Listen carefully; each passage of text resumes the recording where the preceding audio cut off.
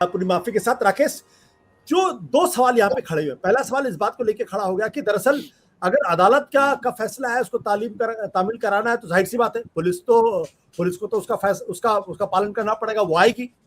लेकिन यहाँ पे देखने में यह आ रहा है कि नोएडा की पुलिस पहुंच जा रही है और अदालत का जो ऑर्डर है उसको तामील नहीं होने दे रही, किसी दूसरे मामले में उसको अरेस्ट कर ले रही।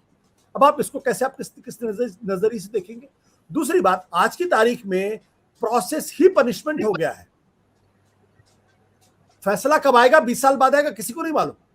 लेकिन इस बीच 3 महीने, 4 महीने, 6 महीने, 10 महीने, 2 साल, 3 साल आप जेल के अंदर बंद रहेंगे, आपकी प्रेस्टीज खत्म हो जाएगी और पब्लिक में आपके और आपके बच्चे और आपकी परिवार कैसी तैसी हो जाएगी। क्या कहेंगे आप इस पर? आशुतोष जी, ये मैं बिल्कुल इस बात पर क्लियर हूं कि कोई अदालत का कोई भी आदेश अपने आप नहीं आता है। अदालत के पास पुलिस जाती है एक एफआईआर के बिला पर और वहां से वो सर्च वारंट लेके आती है, अरेस्ट वारंट लेके आती है। उसका प्रावधान जो है सीआरपीसी में है। वहां तक की बात बिल्कुल सही है।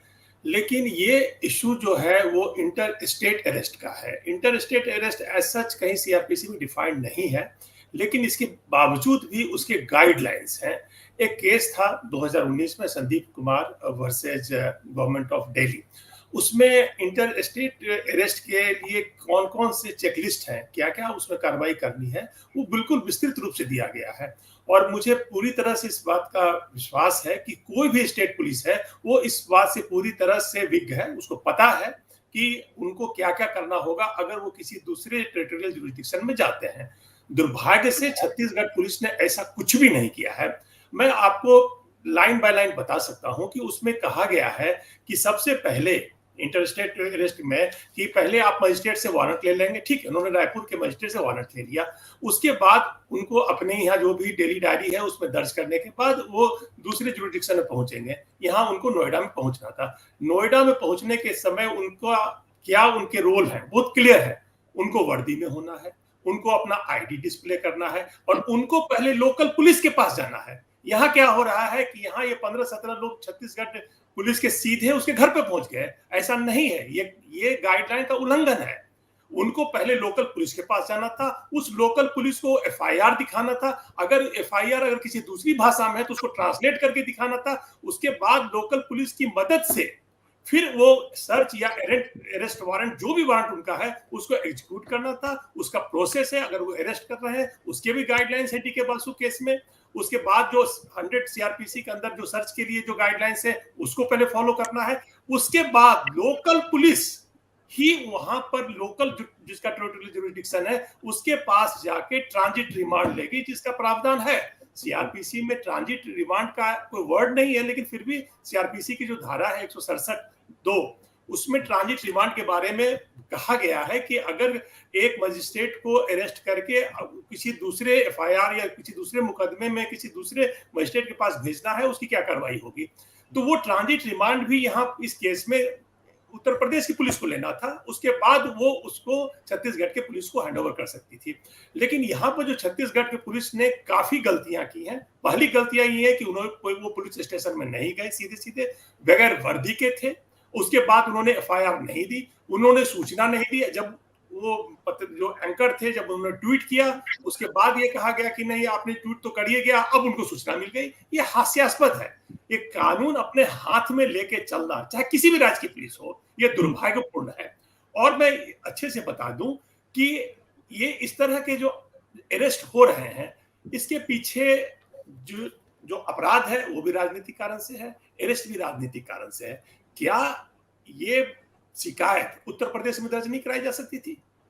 अगर कांग्रेस पार्टी को इनके उस घटना से इनका जो शो था जिसमें उन्होंने गलत खबर चलाई, क्या उसकी शिकायत तो उत्तर प्रदेश में शिकायत नहीं हुई? क्यों नहीं? क्या आप ये समझते हैं कि किसी भी राज्य की पुलिस जो है वो सिर्फ अपने जो रूलिंग जो पार्टी है उसी के हिसाब से काम करती है? इसका मतलब सारी पॉलिटिकल पार्टीज जो है आज के तारीख में किसी दूसरी राज्य की पुलिस पर विश्वास नहीं कर रही है। उनको लगता है कि अगर कोई कार्रवाई अगर होनी है तो उन्हीं की राज्य की पुलिस जो है जो उनके प्रशासन के अंदर में है वही काम कर सकती है।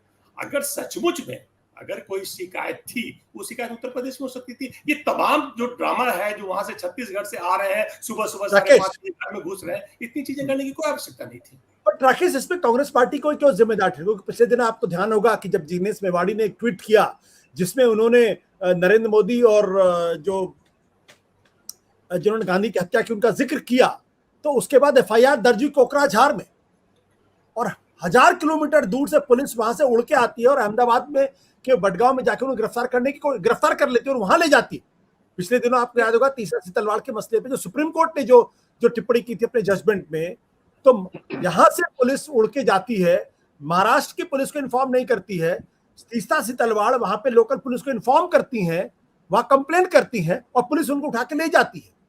जो बात तेजेंद्र सिंह बग्गा के मामले में है, पंजाब की पुलिस दिल्ली आती है और उनको उठा के ले जाती है, रास्ते में हरियाणा की पुलिस और दिल्ली की पुलिस ऐसे घेरती है जैसे पंजाब की पुलिस को आतंकवादी पुलिस को।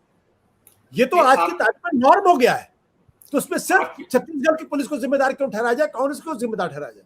नहीं, आपने अगर मेरी पूरी बात सुनी हो तो उसमें मैंने ये ऐसा कहा है कि आज ऐसा माहौल बन रहा है जिसमें हर सरकार ये समझती है कि सिर्फ उसके अंदर की जो पुलिस है वही उनका मनचाहा काम कर सकती है, उनके दूसरे राज्य की पुलिस पर विश्वास नहीं रहा। और आपके सवाल का जवाब विनय तिवारी जी दे चुके हैं। उनका ये कहना है कि जो काम अगर भाजपा ने किया है और वो गलत किया है, हम किसी भी तरह से भाजपा के उस हरकत को या उसकी कार्रवाई को सही नहीं ठहरा सकते हैं, जिसमें वो असम से गुजरात अरेस्ट करके जिग्नेश मेवानी को एक बहुत ही वाहियात कारण से लेके गए थे और उसमें उनको खिंचाई भी हुई, उनकी भर भी पिटी, वहां के न्यायालय ने उनकी पूरी खिंचाई की थी, असम के न्यायालय ने। तो उसका कहीं से कोई समर्थन, कोई भी सरकार अगर इस तरह के कदम उठा रही है तो उसका समर्थन एक एडवोकेट होने के कारण, एक न्याय व्यवस्था में विश्वास रखने वाले आदमी होने के कारण मैं इसका कभी भी समर्थन नहीं कर सकता।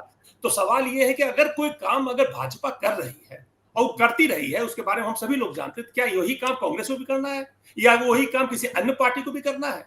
अभी आप देख रहे हैं कि हर जगह ऐसा हो रहा है कि आप कहीं घटना कहीं और हो रही है, एफआईआर कहीं और हो रहा है और उसमें वही तमाशा हो रहा है, हर बार तमाशा होता है। अब पुलिस भी अपने आप को मतलब एक कानून मानने वाला कोई अंग नहीं समझ रही है, वो एक मसलमैन की तरह, वो एक गैंग की तरह काम करती है। वो आई किसी उठा के ले चलेंगे, कैसे उठा के ले चल सकते?